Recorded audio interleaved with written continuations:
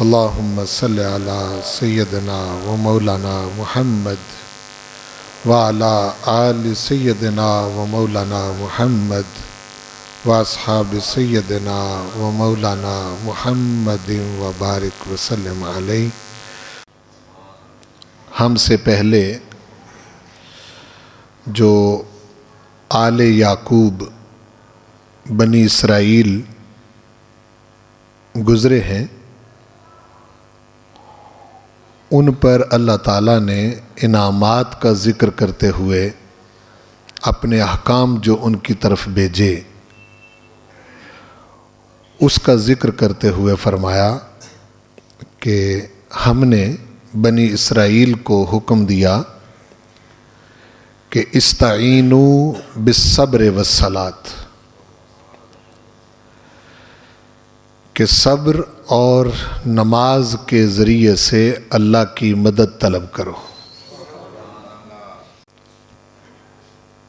اور اگر ہم سورۃ البقرہ کی آیت نمبر 153 کو دیکھیں تو وہاں ایمان والوں کو بھی یہی خطاب ہے، یا ایھا الذین آمنوا استعینوا بالصبر والصلاۃ، اے ایمان والو صبر اور نماز کے ذریعے سے اللہ کی مدد طلب کرو۔ ان اللہ مع الصابرین، بے شک اللہ تعالیٰ صبر کرنے والوں کے ساتھ ہے۔ اب ہم سے سابقہ جو امت تھی اس کو بھی یہی حکم ہے، اور رسول پاک صلی اللہ علیہ وآلہ وسلم کی امت کو بھی یہی حکم ہے کہ استعینوا، اللہ کی مدد طلب کرو، اللہ کی مدد تلاش کرو، اس سے مدد مانگو۔ لیکن دو ذریعے بتائے مدد طلب کرنے کے، بالصبر، صبر کے ذریعے سے، والصلاۃ، اور نماز کے ذریعے سے۔ ساتھ ہی فرمایا کہ وَإِنَّهَا لَكَبِيرَةٌ إِلَّا عَلَى الْخَاشِعِينَ، صبر اور نماز کے ذریعے اللہ کی مدد مانگنا، اللہ سے مدد طلب کرنا، یہ بہت بڑی چیز ہے۔ لَكَبِيرَةٌ، یہ بہت بڑی چیز ہے۔ بعض علماء نے لَكَبِيرَةٌ کا معنی کیا ہے کہ یہ بہت بھاری چیز ہے۔ إِلَّا عَلَى الْخَاشِعِينَ، مگر خاشعین پر بھاری نہیں ہے۔ جو خاشعین خشوع کرنے والے ہیں ان پر بھاری نہیں ہے۔ دو باتیں ہیں، صبر اور نماز، یہ دو ذریعے ہیں اللہ تعالیٰ کی مدد حاصل کرنے کے۔ پہلی بات یہ ذہن نشین فرمائیں کہ صبر خدا نہیں اور نماز بھی خدا نہیں ہے۔ صبر بندے کا فعل ہے، جس طرح بندہ مخلوق ہے اس طرح صبر بھی مخلوق ہے۔ نماز بھی بندے کا فعل ہے، بندے کا عمل ہے۔ جس طرح بندہ مخلوق ہے اس طرح نماز بھی مخلوق ہے۔ مدد اللہ تعالیٰ کی مانگنی ہے، اللہ تعالیٰ سے مدد طلب کرنی۔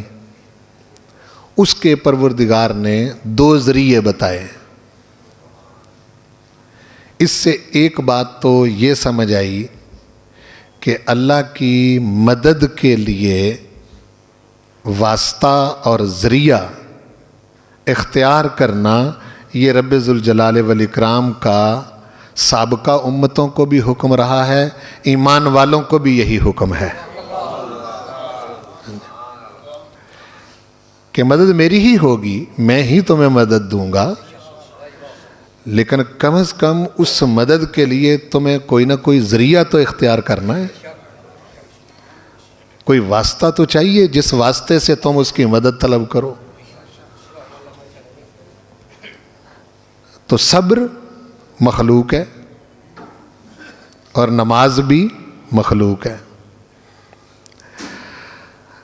صبر کرنے والوں میں سے سب سے بڑی ہستی جس نے صبر کر کے بتایا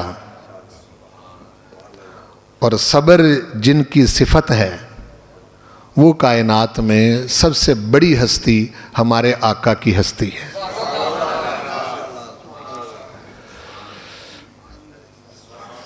صبر سے دنیا آشنا نہ تھی، صبر کرنا جنہوں نے بتایا وہ حضور ہیں۔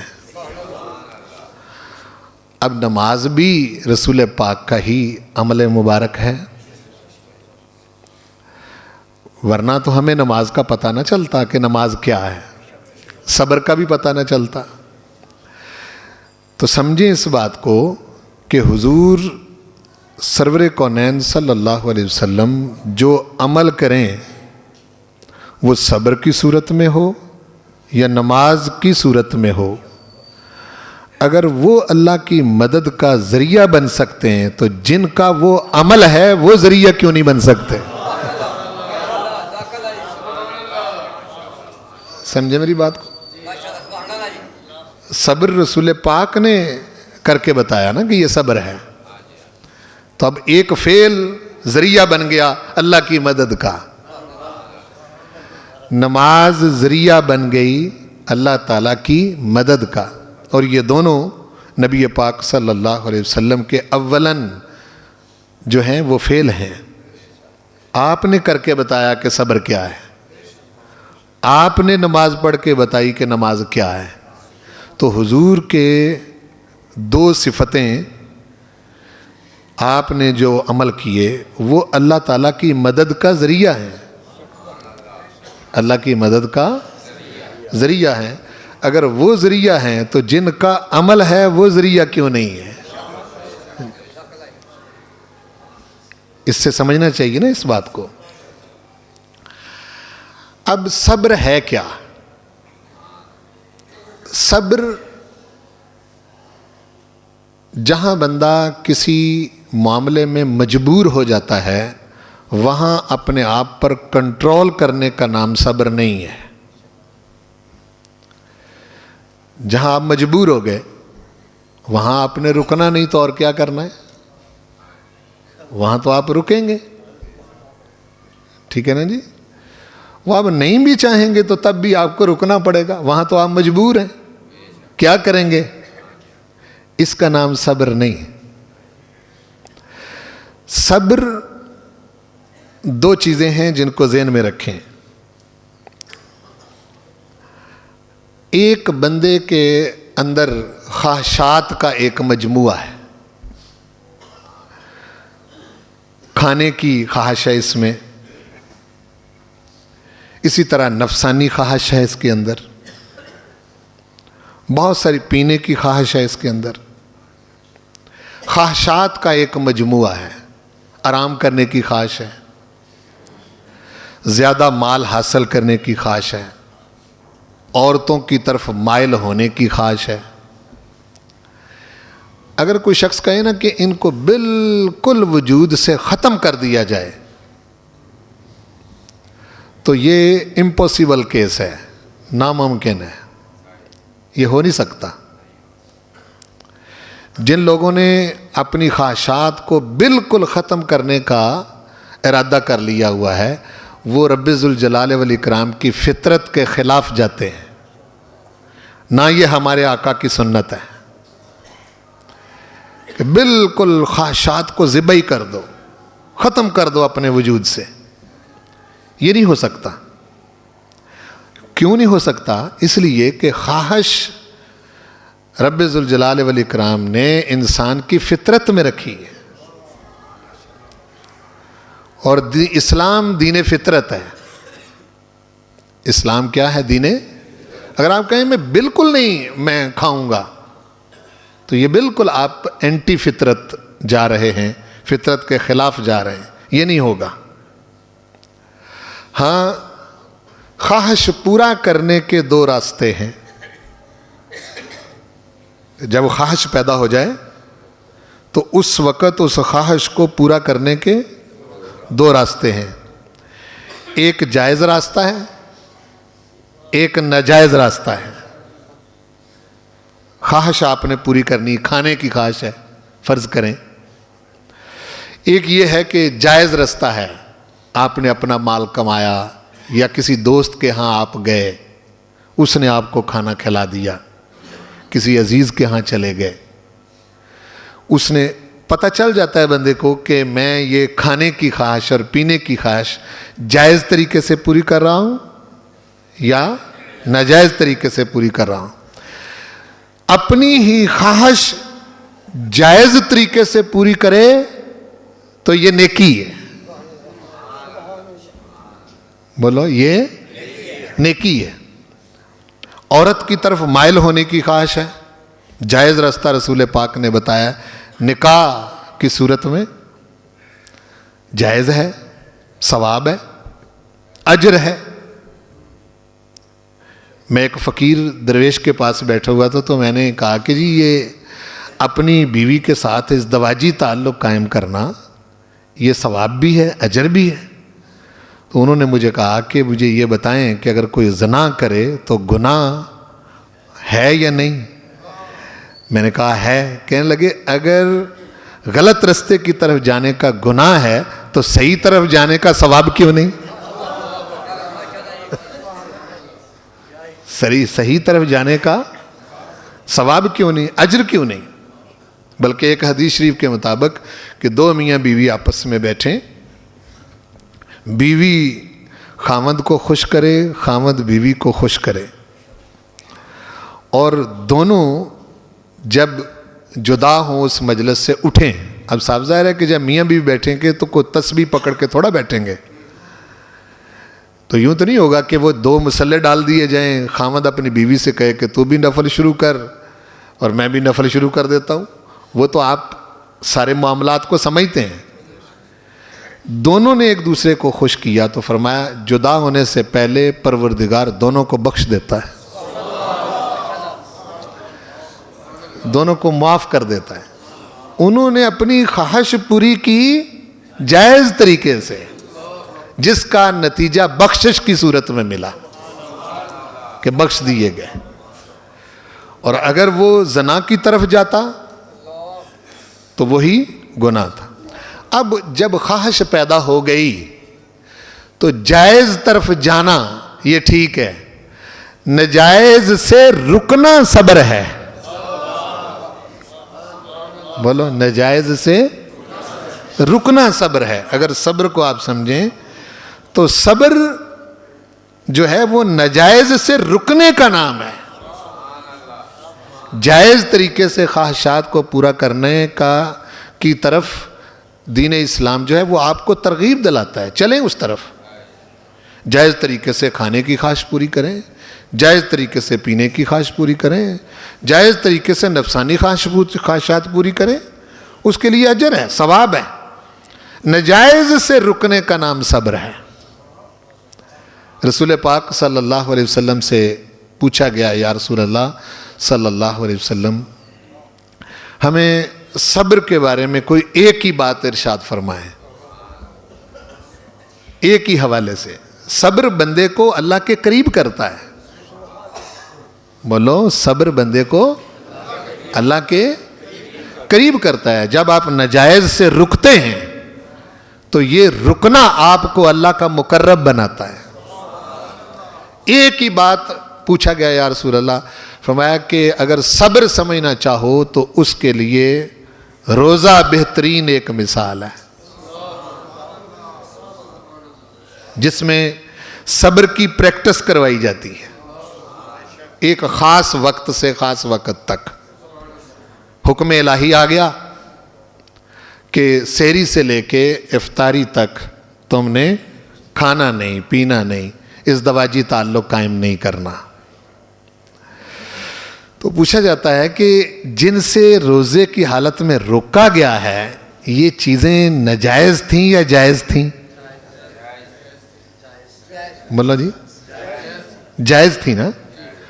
مطلب گھر میں موجود ہیں, آپ اکیلے ہیں, آپ کے دوست احباب بیوی بچے پاس نہیں ہیں, فریج میں مشروبات بھی پڑے ہوئے ہیں, آپ کے گھر میں سالن وغیرہ بھی موجود ہے, کھانا بھی بہترین موجود ہے, پاس کوئی بھی نہیں ہے, روزہ آپ نے رکھا ہوا ہے, آپ رک گئے کسی کا حکم مان کر,